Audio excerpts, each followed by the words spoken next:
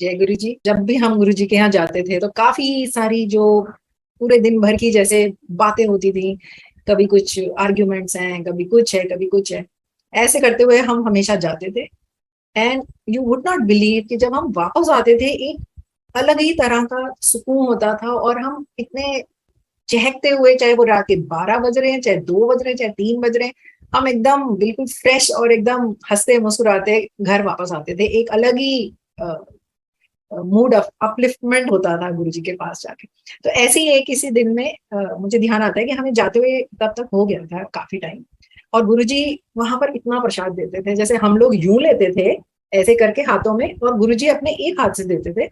और वो हमें वहीं पे खड़े होके खाना होता था, हम ऐसे करके उसको खाते थे। और जो उसका घी वगैरह सब होता था वो हम अपने ऊपर अच्छे से मल लेते थे। ऐसा कहा जाता था कि इसमें बहुत ताकत है। और ताकत थी।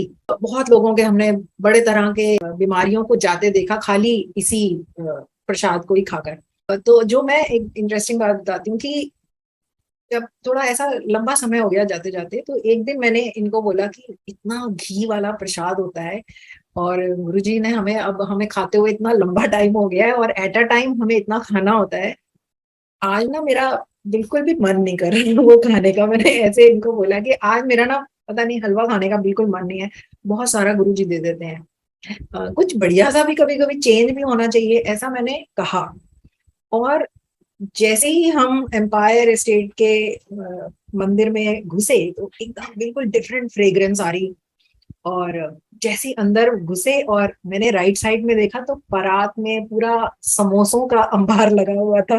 बिल्कुल जैसे कि पता नहीं गुरुजी ने कहाँ से सुन लिया ये सब बात। और हमें ट्रैवल करने में 1 डेढ़ घंटे से भी ज्यादा लगा करता था। तो हम पहुंचने वालों में से, जल्दी वालों में से ही होते थे। और वो पूरा पहाड़ लगा। मैंने कहा पता नहीं गुरुजी ने कब में सुन ली, और आज तो समोसा खाने को मिल रहा है। तो समोसा खाने को मिला। ऐसे भी मतलब ये छोटी छोटी चीजों पे भी गुरुजी बहुत आपकी पूरी होती थी इच्छाएं। तो ऐसे जब थोड़ा समय बीता, तो एक रेखी अंकल वहां पर बड़े पॉपुलर अंकल थे, और गुरुजी के भी बड़े प्यारे।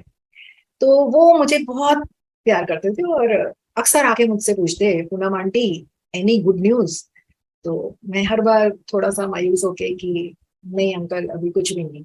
तो वो पूछते रहे पूछते रहे। फिर एक दिन मुझे कहते हैं, "ओ, गुरुजी ने ना बहुत टेस्ट कर लिया तेरे को, चल तू ना मेरे साथ चल। आज गुरुजी से मैं पूछता हूँ तेरा कल्याण क्यों नहीं कर रहे।" मैं भी बड़ा सोच के कि अरे आज तो मेरे को सही कनेक्शन मिल गया है, आज तो मेरा काम होके ही रहेगा। तो हम जब पहुंचे उधर गुरुजी के पास, तो गुरुजी ने रेखी अंकल की तरफ बिल्कुल नहीं देखा, मेरी तरफ देखा। हाँ, क्या। एंड मेरी तो हालत खराब मतलब बिल्कुल गुरुजी की आंखों की तरफ देख पाना अपने आप में ही एक बहुत बड़ा, आई वुड एडमिट की एक बहुत हिम्मत की उसमें जरूरत होती थी। और मैं वहां खड़ी और ऐसे में गुरुजी की तरफ देख रही हूँ, और मैंने कुछ नहीं बोला। तभी रेखी अंकल ने बोला कि गुरुजी तुसी इन्हू ब्लेस क्यों नहीं करते हो, काफी टाइम हो गया है। अपनी पंजाबी में बोला। तो मैं खड़ी और बड़ी, अब मुझे कुछ अच्छा सा सुनने को मिलेगा। तो इतने में ही गुरुजी ने कहा, ए दौड़ जाए इत्थों, बड़ी आई अप्रोच लाने वाली। मैं वहां से ऐसे भागी कि मैं क्या बताऊं। और बाहर आके मैं एकदम, मेरा दिल धक धक करने लगा कि भाई ये तो डांट पड़ गई, ये तो गलत हो गया बात सब कुछ। थोड़ी देर बाद देखिए अंकल आते हैं, और उन्होंने आके बोला कि अरे घबराना नहीं होता पूनम आंटी, इट्स ओके। तो हर हर संगत का ना टाइम होता है। तो तुम्हारा भी ना टाइम अभी नहीं है। तो बिलीव मी, वो टाइम जब आएगा तो गुरुजी आपको ब्लेस करेंगे। But you just keep coming here with all your faith. तो ठीक है, कभी कभार जैसे इंसानी फितरत होती है, कभी कभी ऐसा लगता था कि पता नहीं कब होगा, कब होगा, कब होगा। मगर हम आते रहे। और हमारे हमारी बहुत सारी तमाम चीजें, मैं सच बताऊं तो बहुत चीजें जो हमारी जिंदगी में नहीं थी, वो सब होने लगी। जैसे कि एक यंग कपल का होता है कि पहली प्रॉपर्टी हमने बनाई अपनी, और वो गुरु जी की कृपा से मेरी परमानेंट जॉब हुई। जैसे कि यूनिवर्सिटी में मैं पढ़ाती हूँ, और काफी समय से मेरा टेम्पररी चल रहा था। लेकिन गुरुजी के, जब हम वहीं जा रहे थे तब 98 में मेरा परमानेंट अपॉइंटमेंट का एडवर्टाइजमेंट निकला। और मैंने गुरुजी से ब्लेसिंग्स भी ली, क्योंकि कई बार पॉलिटिक्स के चलते, डिस्पाइट द फैक्ट कि आप बहुत साल से भी पढ़ा रहे हो, तो आप कई बार वहां से डिसलोकेट हो जाते हो या आपको हटा दिया, डिस्प्लेस हो जाते हो रादर। तो गुरुजी की कृपा से मेरा परमानेंट भी हुआ, और इनफैक्ट वो भी एक अपने आप में एपिसोड है कि मैं गुरुजी से ब्लेसिंग लेके गई, गुरुजी बोले कि हो जाएगा, हो जाएगा। तो जब मेरा इंटरव्यू का टाइम आया तो बहुत सारे कैंडिडेट्स उस दिन आए नहीं। जो सिलेक्शन कमेटी थी उनको ये शक हुआ कि कॉलेज ने कोई किसी तरह की चालाकी करी है और इन्होंने लेटर्स नहीं डिस्पैच किए सारे कैंडिडेट्स को। आज रजिस्टर मंगाया, उसमें चेक किया, तो पता लगा कि सबको लेटर्स गए हैं, ऐसी कोई दिक्कत नहीं है। तो कमेटी ने कहा कि हम 1 घंटा और वेट करेंगे and let's wait for more candidates. उन्होंने 1 घंटा वेट किया, बहुत ज्यादा कैंडिडेट्स टर्न अप नहीं हुए, और बाद में मुझे बहुत कैंडिडेट्स, जैसे हमारे ही फ्रेंड्स होते थे, वो हमारे ही सर्कल के लोग थे, तो मैंने बोला तुम लोग आए क्यों नहीं भाई, आना तो चाहिए था, तुम्हारी वजह से ऐसा हुआ वहां पे। तो कहते वो हमें पता था आप ही कहाँ होना है वहां पर। मैंने कहा अरे ये तो बहुत अजीब बात है कि तुमने ये सोचा और तुम आए नहीं। तो 1 घंटा सिलेक्शन कमेटी ने वेट किया, but anyhow, so the interview went out well with Guruji's grace and I got my permanent. So ये सब भी चीज जीवन में हो रहा था, लेकिन एक जो जिसे कहते हैं ना, एक जो हमारा एक मेन टारगेट जो था गुरुजी के पास जाने का, या हम जिसका हम कल्याण अपना जो चाह रहे थे, वो बच्चे को लेकर था। तो ऐसा ये सब शक शुबा, बीच में क्वेश्चंस आंसर्स माइंड में कभी कभी आते रहते थे, और गुरुजी मेरे को हमेशा बोलते थे ये ना कंफ्यूज्ड माइंड है, ये कंफ्यूज्ड माइंड है। और वो कंफ्यूज्ड माइंड बहुत इंटरेस्टिंग है एपिसोड की।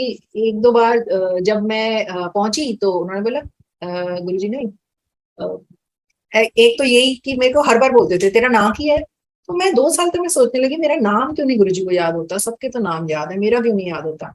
तो मुझे फिर कुछ सीनियर संगत ने बताया कि जब भी गुरुजी आपका नाम बुलवाते हैं ना, तो आपकी हाजिरी लगती है। तो हाजिरी ऊपर दरबार में लगती है, गुरुजी के दरबार में लगती है। मैं उसमें नहीं जाना चाहती हूँ, बट हाँ मुझे ये समझ में आया कि इसका कोई पर्पस तो है। क्यों, ये तो हो नहीं सकता जिस जो व्यक्ति आपके अंदर आर पार सब कुछ देख सकता है, जैसे कि आने वाले समय में हमें बहुत अच्छे से पता लगने लगा, वो ऐसा तो हो नहीं सकता कि नाम आपका याद नहीं है। तो ये एक एपिसोड था कि भाई आपका बार बार नाम लिया जाता था। और समोसे की भी बात मैंने बता दी। लेकिन हाँ, जो मैं बात बताने लगी थी कि मुझे कहते कि की पढ़ानी है, तो मैंने बोला गुरुजी कॉमर्स की टीचर हूँ। तो कहते अच्छा बता फिर मनी सप्लाई की होती है। अब मैं बड़ा अपने ब्रिलियंस शो करने की बेकार की कोशिश गुरुजी के सामने। Guruji was I think MA economics, double MA, but one of the subjects was MA economics. So ये अच्छा बता मैंने फिर मनी सप्लाई की होती है। अब इससे पहले कि मैं कुछ बोलती, गुरुजी कहते जा फेल है तू। अच्छा पहली बार तो मेरे को लगा कि अरे मैं ये क्या हुआ, मतलब I could not answer, and मैंने बड़ा अपना दिमाग में उसको बना लिया। और फिर एक बार ऐसे दोबारा हुआ कि गुरुजी आस्क्ड मी कि मॉनेटरी पॉलिसी की होती है, ऐसे कुछ इकोनॉमिक्स का कोई सवाल पूछा। और लेकिन तब तक मुझे ये समझ आ चुका था कि आपको जवाब नहीं देना होता है गुरुजी को। हाँ, गुरुजी के सामने आप फेल ही हो हर हाल में, तो बेटर है कि हाथ जोड़ दो और बोलो कि गुरुजी मत करो टेस्ट इतना ज्यादा, अब इट्स ओके, मतलब हम आपको समझ गए हैं अब हमें ये चीजें। तो इस तरह के ना कई बार गुरुजी मजाक ही आपको मतलब सच कहें तो ये सब एक ऐसे एपिसोड्स हैं जो हमारी मेमोरी में ना deeply they are etched, and समझ में आता है कि ये सब लाइटर वेन में चलती थी चीजें। तो अच्छा, जब चलते चलते काफी टाइम हो गया, हम हर बार जा रहे थे आ रहे थे, तो बीच में ऐसा हुआ कि आकाश सेठी का सिलेक्शन हो गया एक एमबीए का कोर्स करने के लिए जो इंडियन ऑयल करवाती है, और वो पैन इंडिया उसका एंट्रेंस होता है, and he qualified for that test. और उस टेस्ट को क्वालिफाई करने का जो सब्सिक्वेंट मैनिफेस्टेशन है वो ये है कि वो रेजिडेंशियल कोर्स है और इनको जाना पढ़ना था, वहां घर पे नहीं रह सकते थे ये 1 साल के लिए। और जब इन्होंने मुझे बताया तो मैंने बोला ये तो अच्छी बात नहीं है, क्योंकि हमारा गुरुजी ने अच्छा मना भी नहीं हमें किया था, तो गुरुजी ने कहा था अपना ट्रीटमेंट आप चलाते रहो। तो ट्रीटमेंट जो भी हमारा चल रहा था उसमें फर्टिलिटी के ट्रीटमेंट में थोड़े ये इश्यूज तो होते ही हैं कि आपको मंथ में एक बार ही हॉस्पिटल का चक्कर लेना ही पड़ता है, फॉलिकुलर मूवमेंट है, कुछ चीजें चलती रहती हैं, और हमारे 1-2 आईयूआई के अटेम्प्ट्स भी हो चुके थे जो कि सक्सेसफुल नहीं थे। और इनफैक्ट अब डॉक्टर ऑलरेडी बोल चुके थे कि आईवीएफ होगा आपका, और गुरुजी के पास भी हम जा ही रहे थे। तो जब इनका सिलेक्शन हुआ तो आर्ग्यूमेंट हो गई हमारी कि इसका मतलब ये तो आप चले जाओगे तो सारा ट्रीटमेंट ब्रेक हो जाएगा। तो बड़ा हमारा आपस में बहस वगैरह हो गई और हमने फाइनली ये डिसाइड किया, जैसे छोटे बच्चे होते हैं ना, अपने लड़ाई झगड़ा हो गया तो मम्मी डैडी के पास गए कि भाई अच्छा ऐसे हो गया, अब क्या करना है। तो हमारे लिए तो it was like he was our go to person. और हमें इस चीज का एहसास भी नहीं था कि ऐसा भी कोई दिन हमारे जीवन में आएगा जब गुरुजी नहीं होंगे। मतलब हम तो every time I used to think, तो मैं सोची थी वो गुरुजी तो है ही नहीं, तो हम गुरुजी के पास जाके हमेशा ही अपने सवाल, अपने क्वेश्चंस, अपने जो भी हमारे मन में कभी भी कुछ भी आता है, हम उनके पास जाके बातचीत कर सकते हैं। तो ये तो बहुत बाद में जो हुआ, तो वो हमारे हमारे लिए एक बहुत बड़ा झटका था, and it took us lot of time to get out of it. तो उस दिन जब हम लड़ते झगड़ते गुरुजी के पास पहुंचे, और मुझे पूरा विश्वास था कि ना गुरुजी मेरी साइड लेंगे, और हम गए और इन्होंने गुरुजी को बताया कि ऐसे ऐसे गुरुजी मेरा सिलेक्शन हो गया है। तो मैं इनके पीछे खड़ी हुई थी, तो गुरुजी कहते हैं कि हाँ हाँ जाओ, अपॉर्चुनिटी नॉक्स ओनली वंस, अब तुम्हें तो करना चाहिए। और मैं मेरा एकदम मुंह उतर गया और मेरे को समझ में नहीं आया कि गुरुजी ने इनको क्यों हाँ कर दी। और मैं ऐसे आगे बढ़ी हूँ तो गुरुजी को शायद समझ में आ गया। तो मैंने भी ऐसे गुरुजी को क्वेश्चन फॉर्म में देखा कि वाई। और मेरे मन में जो सबसे पहला ख्याल आया वो ये कि लगता है गुरुजी ने 1 साल अभी और ब्लेस नहीं करना है मुझे, क्योंकि मुझे यही समझ आ रहा था कि 1 साल ट्रीटमेंट अब नहीं चल पाएगा। और ऑब्वियसली मतलब इनके बिना तो कोई कल्मिनेशन भी होना, कोई प्रेगनेंसी की कोई पॉसिबिलिटी नहीं। तो मेरे मन में यही विचार के साथ मैंने गुरुजी के चरणों को हाथ लगाया, और गुरुजी ने मुझे कहा जा तेरा भी कल्याण किता।